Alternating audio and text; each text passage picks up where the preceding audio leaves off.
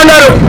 దీని యొక్క ముఖ్య ఉద్దేశం గత సమస్యల పైన కార్మికులు అనేక పోరాటాలు చేసిన ఫలితంగా సమస్యలు పరిష్కారం చేయలేదు.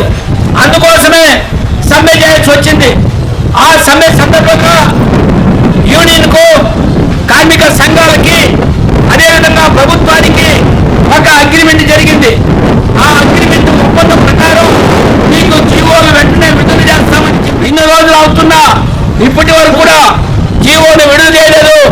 ఆ జీవోని ఎందుకు విడుదల చేయలేదనేది మేము మిమ్మల్ని ప్రశ్నిస్తున్నాం. అందుకే వెంటనే మీరు ఏదైతే ఒప్పుకున్నారో మాకు జీతభత్యాలు కానీ రాయితీలు కానీ ఏదైతే ఒప్పుకొని అగ్రిమెంట్ అయిందో ఆ అగ్రిమెంట్కి సంబంధించినటువంటి జీవోని వెంటనే విడుదల చేయాలనేసి ఈరోజు నల్ల బ్యాటరీలతో నిరసన తెలియజేస్తున్నాం.